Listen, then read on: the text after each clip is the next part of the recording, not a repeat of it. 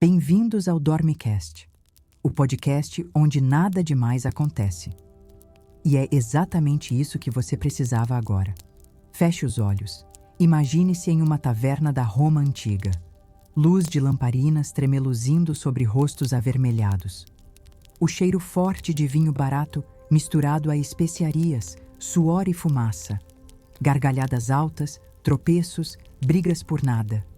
E no centro de tudo, você, com uma taça de cerâmica na mão, pronto para descobrir o que significava, de verdade, ficar bêbado há 2000 anos. Porque hoje, querido ouvinte, vamos brindar com os romanos. Vamos atravessar as vielas das festas de Baco, os banquetes absurdos dos patrícios, as bebedeiras trágicas dos soldados e até os porres solitários dos que tentavam esquecer. Sim, hoje você vai ouvir o som do vinho escorrendo, o riso descompassado de uma matrona embriagada e talvez até o soluço de um imperador em crise existencial. Mas antes, quero saber, de onde você está ouvindo? E que horas são aí agora? Deixa um comentário para a gente saber até onde essas histórias estão chegando.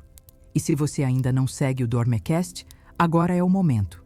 Porque esse episódio vai te levar por caminhos tortuosos e embriagados da Roma antiga. Respira fundo, sente o aroma de uvas fermentadas. O episódio começa agora. Você está sentado sobre um banco de madeira dura, sem encosto, rodeado de corpos suados que falam alto demais. À sua frente, uma mesa torta feita de pedra vulcânica, coberta de manchas secas de vinho. O ar está espesso. O cheiro de fermentação antiga, mofo e especiarias queimadas sobe pelas narinas como um soco. Bem-vindo a uma taverna plebeia da Roma antiga, onde a embriaguez não era só permitida, mas celebrada como uma forma primitiva de libertação. Esqueça o romantismo das taças de cristal e dos brindes refinados. Aqui, o vinho era servido em copos de barro, aquecido pelo sol, misturado com água, ou pior, com vinagre, mel e até ervas alucinógenas. O objetivo não era o sabor, era o efeito. E o efeito era devastador. Os romanos adoravam vinho, mas mais do que isso, adoravam os estados que ele provocava, a fala solta, os segredos que escapavam, as danças fora de ritmo, os abraços entre inimigos e os beijos entre desconhecidos. Era um delírio coletivo autorizado, uma quebra temporária da ordem. A embriaguez era um tipo de catarse, e isso valia para todos os níveis da sociedade, da plebe aos senadores. Mas cada classe tinha sua maneira de beber e seus próprios demônios alcoólicos para enfrentar. Na plebe, a bebida era barata e intensa. A produção era quase sempre doméstica, improvisada.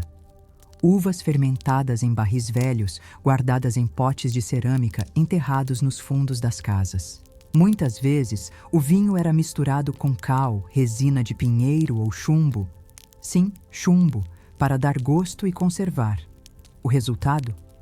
Vômito, cegueira temporária, amnésia. Mas isso não impedia ninguém. Ao contrário, as noites eram de excessos, bebia-se até cair, até rir demais, até chorar por tudo, até brigar por nada. Homens se agarravam como irmãos, jurando fidelidade eterna. Mulheres, quase sempre excluídas do ritual público, bebiam escondidas, ou em festas próprias, organizadas nas sombras. E as crianças? Bem, muitas aprendiam desde cedo o que era vinho. Um gole aqui, outro ali. Não por rebeldia, mas porque era o que havia na mesa. Em algumas casas, a embriaguez era diária. Um modo de fugir da brutalidade do trabalho escravo, da fome, da violência cotidiana. O vinho era o único anestésico possível, barato, acessível e aceito. E havia os efeitos: pernas bambas, fala arrastada, olhos vidrados. A embriaguez era um estado físico, mas também simbólico. Ela invertia papéis. O escravo ria do patrão. O miserável contava vantagem. O impotente se tornava amante voraz, ao menos por algumas horas. Mas também havia a vergonha, o corpo sujo, o hálito podre, os atos impensáveis e, no dia seguinte, o arrependimento. A ressaca romana era famosa.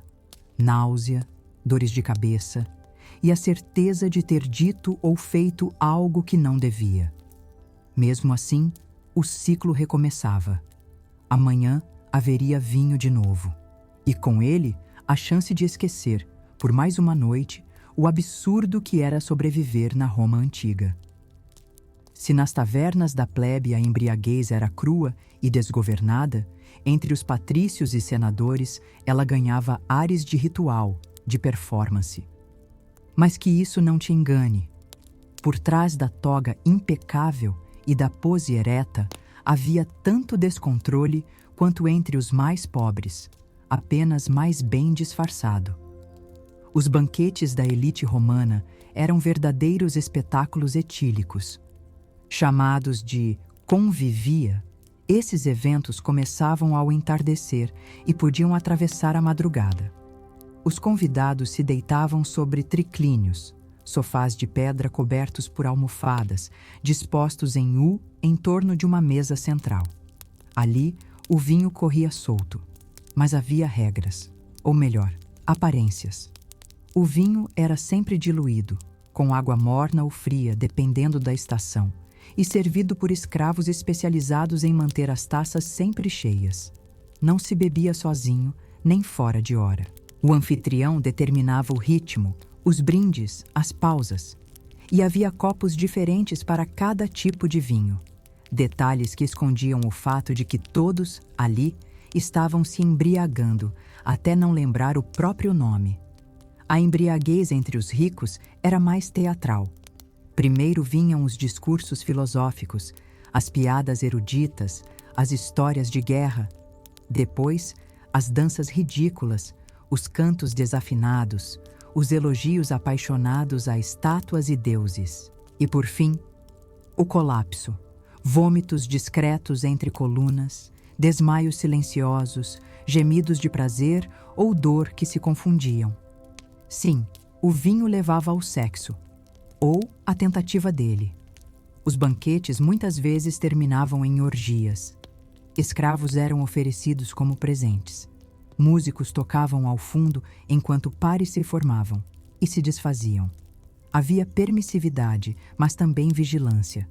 Porque mesmo bêbado, um patrício sabia que cada ato podia virar fofoca, e cada fofoca um escândalo político. O vinho também servia para desinibir, para trair, para confessar.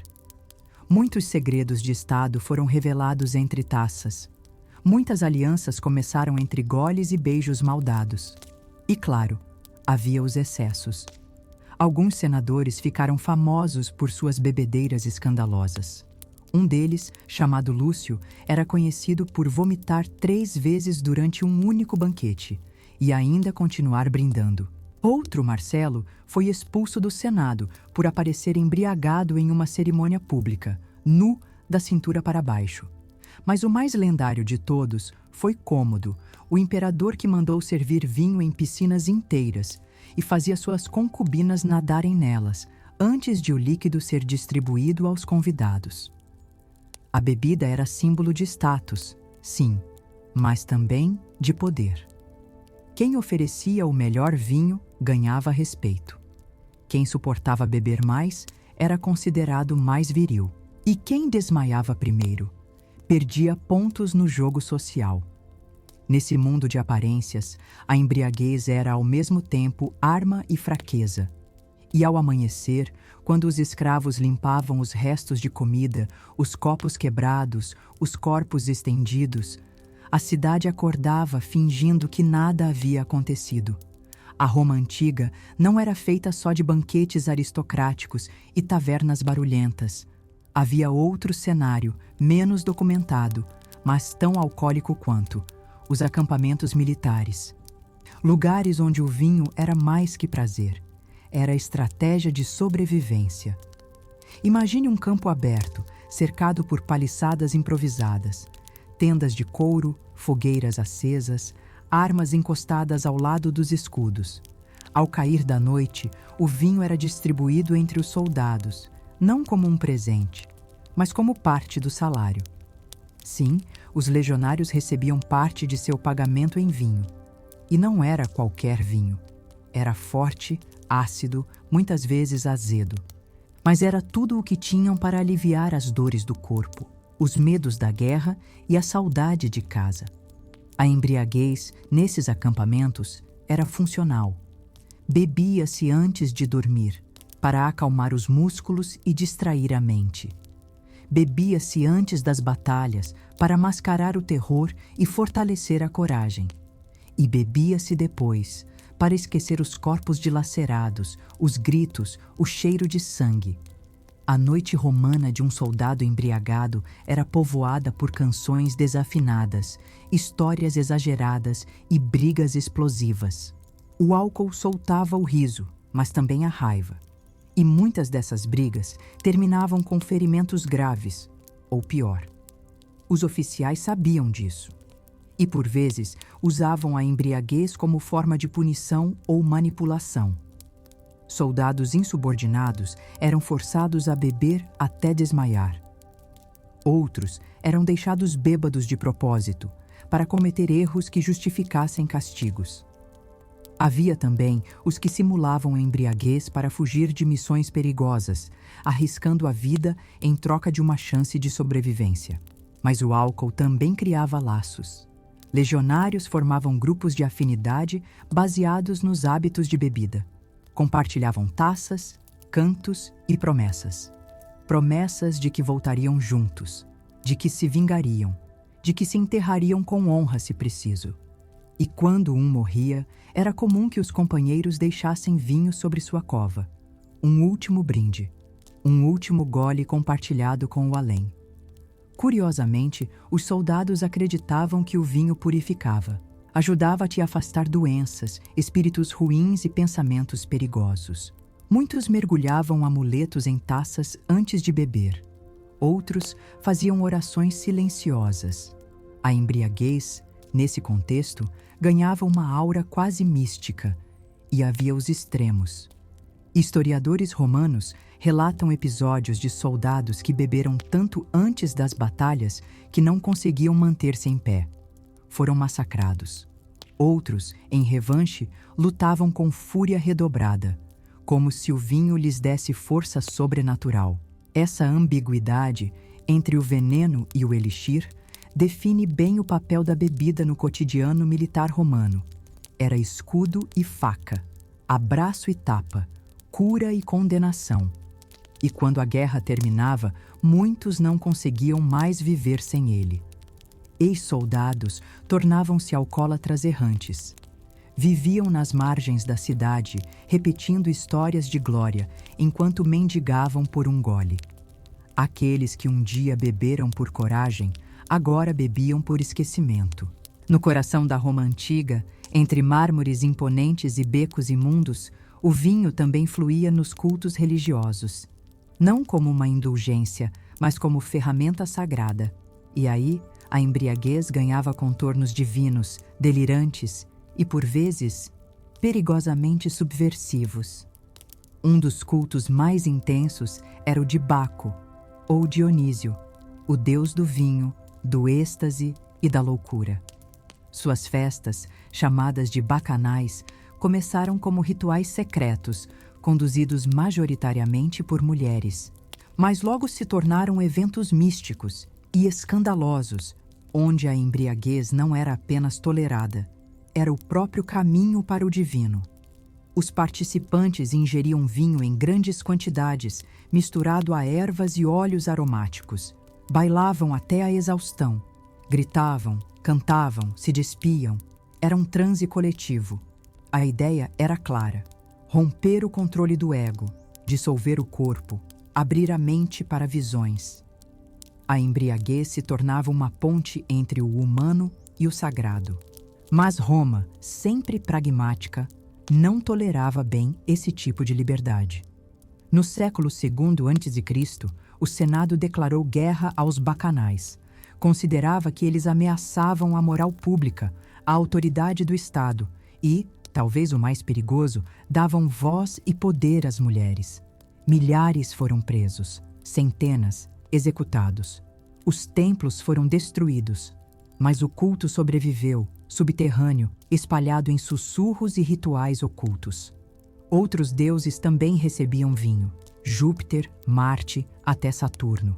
Mas em seus cultos, o álcool era mais controlado, usado em libações, derramado no chão como oferenda ou em pequenas quantidades, simbolicamente. Ainda assim, a linha entre o rito e o porre era tênue. E isso também se via entre os sacerdotes. Muitos usavam o vinho como preparação para profecias, outros como consolo para a solidão imposta pelos votos, e alguns simplesmente se perdiam. Havia relatos de sacerdotes que pregavam embriagados, que tropeçavam nos altares, que dormiam nos corredores dos templos com a túnica manchada e o cálice ainda cheio. Mesmo assim, o povo continuava oferecendo vinho aos deuses. Continuava acreditando que, ao beber, aproximava-se do céu. A embriaguez era, nesse contexto, uma forma de oração, mas também havia o perigo da possessão. Algumas seitas acreditavam que, ao se embriagar, o corpo abria-se para forças espirituais, boas e más. Por isso, certos rituais exigiam amuletos, encantamentos e até sacrifícios para proteger os participantes. E quando alguém era tomado por visões, por gritos, por danças descontroladas, não se sabia se era o Deus ou o demônio se manifestando. O vinho, mais uma vez, era ambíguo. Podia libertar, podia condenar. E por isso mesmo era tão temido e tão cultuado. Se você chegou até aqui, respira fundo, porque eu quero saber, você já teve uma experiência que beirou o espiritual depois de beber? Já sentiu que algo maior, bom ou ruim, se manifestou no meio de um porre? Comenta aqui embaixo. Compartilhe a sua visão. E claro, se ainda não segue o canal, esse é o momento. Porque aqui, cada história é um portal. E cada gole, uma travessia. Nos cantos mais sombrios da cidade, longe dos banquetes, das tabernas e dos templos, havia outro tipo de bebedor, o solitário. Aqueles que não bebiam por festa, por ritual ou por costume, mas por necessidade. Eram os desajustados, os viúvos, os feridos de guerra, as prostitutas que não conseguiam esquecer, os ex-escravos que nunca se adaptaram à liberdade, os poetas fracassados, os órfãos crescidos sem colo. Esses bebiam no escuro, com taças rachadas, jarros roubados, vinhos de quinta categoria. E enquanto o mundo seguia com seus jogos de poder e suas celebrações, eles se afogavam em silêncio. A embriaguez para eles era refúgio. Fugiam das vozes internas, dos traumas, das memórias, dos rostos que ainda apareciam à noite. E quanto mais bebiam, menos dor sentiam. Ou pelo menos assim acreditavam. Roma, nesse aspecto, era cruel. Não havia apoio para quem sofria. Não havia acolhimento para os que choravam demais ou tremiam sem razão. O sofrimento psicológico era visto como fraqueza, e a única cura oferecida era o esquecimento. O vinho, então, se tornava o psiquiatra silencioso, e o bebedor solitário virava parte do cenário. Um vulto que os outros fingiam não ver, um cheiro que passava rápido, um corpo caído que ninguém tocava. Mas, curiosamente, eram esses os que tinham as histórias mais profundas. Muitos deles sabiam segredos de famílias nobres. Outros tinham lutado em batalhas esquecidas. Havia quem tivesse sido filósofo, músico, curandeiro. Mas todos tinham um ponto em comum. Algo havia se quebrado. E o vinho era o único que ainda os escutava. Alguns deixavam mensagens nas paredes das vielas, escritas com carvão ou sangue. Outras vezes, desenhavam taças, rostos, chaves, como se quisessem avisar: Estive aqui, ainda sou humano. Havia uma espécie de comunidade entre esses invisíveis, uma irmandade silenciosa. Trocas de goles, de pedaços de pão, de sorrisos envergonhados. Ninguém pedia explicações. Ninguém cobrava nada. E quando um deles morria, raramente era enterrado com cerimônia. Mas quase sempre, alguém deixava um pouco de vinho ao lado do corpo. Um último brinde. Um reconhecimento. Os poetas de Roma escreviam sobre grandes heróis, deuses e imperadores. Mas talvez os verdadeiros mártires da embriaguez fossem esses, os que bebiam para continuar respirando. Porque em uma cidade que valorizava força, aparência e conquista, era preciso muita coragem para simplesmente existir. Havia um lugar em Roma onde a embriaguez era quase uma performance teatral, o circo. E não estamos falando apenas dos gladiadores, mas de toda a engrenagem de entretenimento da capital. Nas arquibancadas do Coliseu, nos anfiteatros e nas arenas espalhadas pelo Império, o vinho fluía como sangue, e às vezes, mais do que ele. O povo não assistia aos espetáculos sóbrio. O vinho era vendido nas entradas, carregado por vendedores com jarros pendurados nos ombros. Homens, mulheres, adolescentes, todos compravam. E quanto mais brutal era o espetáculo, mais se bebia. Era como se o vinho amortecesse o horror. Gladiadores se enfrentavam até a morte. Bestas selvagens destroçavam criminosos. Execuções públicas ocorriam sob aplausos. E o vinho escorria por gargantas que gritavam por mais. Mas o vinho não era apenas anestesia. Ele inflamava os ânimos, transformava espectadores em juízes sedentos por sangue. Havia apostas, brigas nas arquibancadas, destruição de bancadas. Em certos dias, a arena era tão perigosa fora quanto dentro. E quando a multidão saía, o rastro era de caos. Copos quebrados, vômitos nas ruas, roubos, estupros. A cidade mergulhava num transe coletivo, embriagado não só pelo álcool, mas pela violência digerida com vinho. Os imperadores sabiam disso e usavam a embriaguez como ferramenta política. Quanto mais descontentamento havia, mais vinho se oferecia. Era parte da política do pão e circo. Distrair o povo, alimentá-lo com espetáculo, intoxicá-lo com vinho. E nesse sentido, o vinho tornava-se um instrumento de dominação. Ao embriagar a massa, o poder controlava emoções, desviava atenções, abafava revoltas. Mas havia um grupo que resistia, os filósofos estoicos. Eles pregavam moderação. Viam o vinho como teste de caráter. Um homem sábio, diziam, devia saber beber sem se perder. Sêneca, um dos mais respeitados, escrevia cartas alertando contra os perigos da embriaguez emocional. O vinho revela o homem oculto, dizia. E por isso mesmo, devia ser tratado com reverência, e não com luxúria. Claro, nem todos os leitores seguiam seus conselhos, mas a crítica estava feita, e pairava como sombra sobre os excessos da plebe e da elite. Ao final do dia, Roma era uma cidade dividida entre a sobriedade filosófica e a embriaguez popular. E talvez o maior espetáculo de todos fosse esse contraste. No interior das casas romanas, longe das arenas, templos e acampamentos, a embriaguez assumia um caráter íntimo e muitas vezes hipócrita. Porque mesmo sendo uma sociedade que exaltava o vinho, Roma também cultivava a imagem da virtude.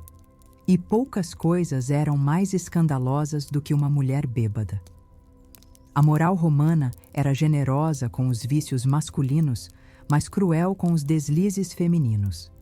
Para o homem, a embriaguez podia ser sinal de virilidade, de excesso de paixão ou até de nobreza. Para a mulher, era sempre motivo de vergonha. Uma romana embriagada era vista como promíscua, descontrolada, inapropriada para o casamento ou a maternidade. E, no entanto, elas bebiam. Algumas o faziam em segredo, em jantares privados com outras mulheres. Outras, nas sombras das festas, aproveitavam os momentos em que os maridos se distraíam. Havia aquelas que recorriam ao vinho para suportar casamentos forçados, abusos, silêncios insuportáveis, e também as que bebiam por rebeldia, por desejo de sentir, ao menos por uma noite, a liberdade que os homens experimentavam todos os dias. Os poetas romanos, claro, adoravam retratar essas figuras femininas embriagadas, não como vítimas, mas como musas perigosas.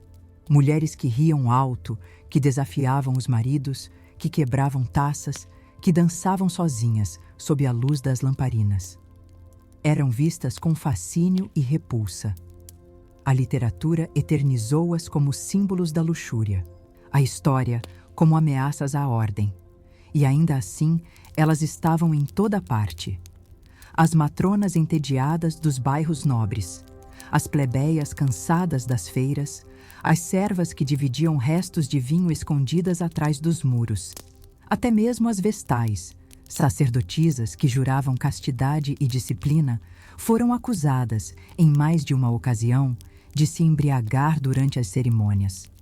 O vinho, para essas mulheres, era disfarce e escudo. Servia para calar, para aguentar, para sonhar, e em certas noites, para se vingar. Há relatos de esposas que embebedaram os maridos para fugir, de amantes que serviram vinho com ervas para provocar visões, de mães que embalaram filhos chorosos ao som das próprias canções bêbadas. Mas havia também as consequências. Mulheres embriagadas podiam ser repudiadas, perder os filhos, serem expulsas de casa. Algumas acabavam internadas em casas de correção, outras vagavam pelas ruas até desaparecer. E o pior, em muitos casos, bastava a suspeita de embriaguez para que a punição viesse. Um hálito, um tropeço, uma risada fora de hora. A embriaguez feminina era punida com mais dureza porque, no fundo, ela revelava algo que a Roma patriarcal temia: o desejo, o descontrole, a verdade não domesticada. E talvez por isso mesmo tantas mulheres se arriscavam a beber. Porque no fundo da taça, entre o escândalo e a liberdade, havia uma fagulha de poder. Nas bordas do império, longe do brilho de Roma, a embriaguez ganhava novas formas. Porque ser romano não significava viver na capital, e a maioria dos que se diziam romanos nunca pisou nela. Nos vilarejos, nas cidades de província, nos postos militares e entre os povos conquistados, o ato de beber era uma ponte entre culturas. E ali a embriaguez era outra coisa. Não era só ritual, nem só escapismo. Era convivência, era linguagem. Era uma tentativa de traduzir a alma romana para quem ainda não a compreendia e de absorver as almas estrangeiras sem precisar de palavras. Os soldados romanos, quando se estabeleciam em regiões recém-dominadas, não levavam apenas armas, levavam vinho, e com ele iniciavam seus vizinhos nos hábitos do império. Aos poucos, vilas inteiras aprendiam a plantar uvas, a fermentar, a brindar. Mas o encontro nem sempre era harmonioso. Muitos povos tinham suas próprias bebidas, cervejas amargas, hidroméis, fermentados de frutas. E ao misturar essas tradições com o vinho romano, surgiam novos sabores, novas embriaguezes, mais intensas, mais rápidas, mais perigosas. Porque nesses encontros não havia moderação, não havia etiqueta. Bebia-se como se o amanhã não existisse, porque muitas vezes não existia mesmo. As fronteiras do império eram instáveis. Reinos caíam, tribos resistiam, rebeliões explodiam do nada. E então, por uma noite, os inimigos se tornavam companheiros de taça. E os companheiros, traidores disfarçados. A embriaguez era um fio tênue entre a paz e o caos.